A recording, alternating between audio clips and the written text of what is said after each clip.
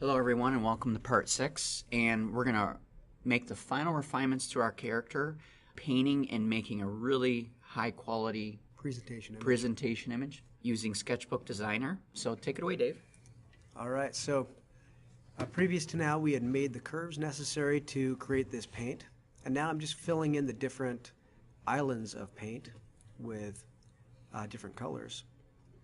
I'm just going to use the lasso select, or the magic wand select, to create a few masks. There's one way to mask. And at this point now I've got different selections that are used basically with the mask. I can create as many as I want. And once I've done that, it's similar to the preserve transparency, where I can just focus on painting. I can also just use the magic wand and paint within that selection, much like I would in Photoshop. And in this case, I want a different highlight on just this material. Maybe there are two different materials and they pick up light a little bit different. So because of that, I'm doing some lighting on just the gray material, different than I would on the blue material, to make it feel like they're two separate materials. And normally I would probably get a selection for the entire body, make all the lighting in one pass, and I could use that to multiply over everything. But in this case I didn't need to, or I didn't want to. So I'm going back over this on another layer, just with a regular pencil, regular raster layer, and I'm just painting in the details on the suit, where I believe the body armor has its design details. I could spend the time to do this with curves, but in this case it's going to be faster, and I've got the tightness already in the design, so I believe I'm okay just reusing a regular pen or pencil and getting some of these details in.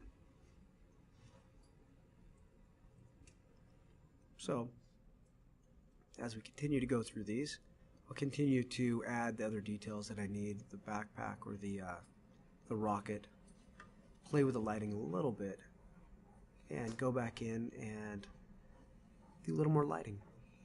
So you've been doing this for a long time, right, Dave? You've worked on many different sketch packages. So do you find that Sketchbook Designer allows you to use a lot of the same workflows that you've even done in Photoshop? Oh yeah.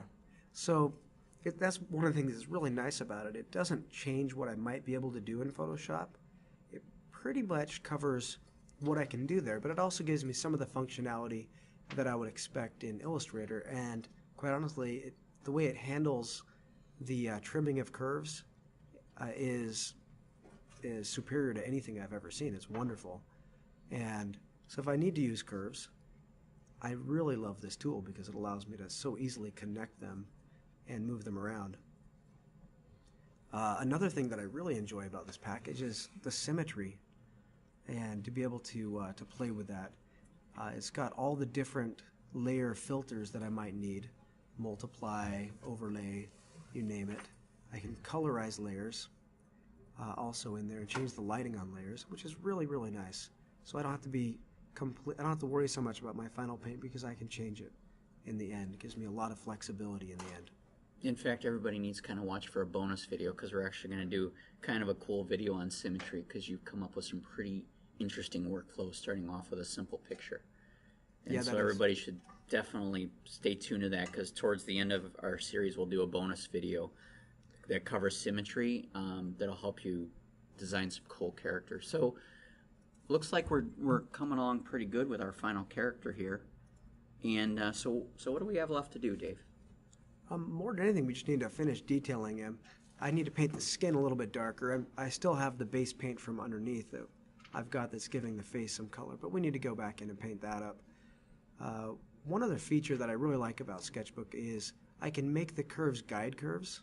You could see it there when I was doing the belts going around the chest, that I could snap to any curve with any kind of a brush, and it will basically stick the brush on that curve, and I can snap it as hard as I want and paint highlights and shadows, which is kind of a fun way to go. But at this point we're just kind of doing a little coloring, going back in and making sure the hair has the crispness that I feel a final design look should have.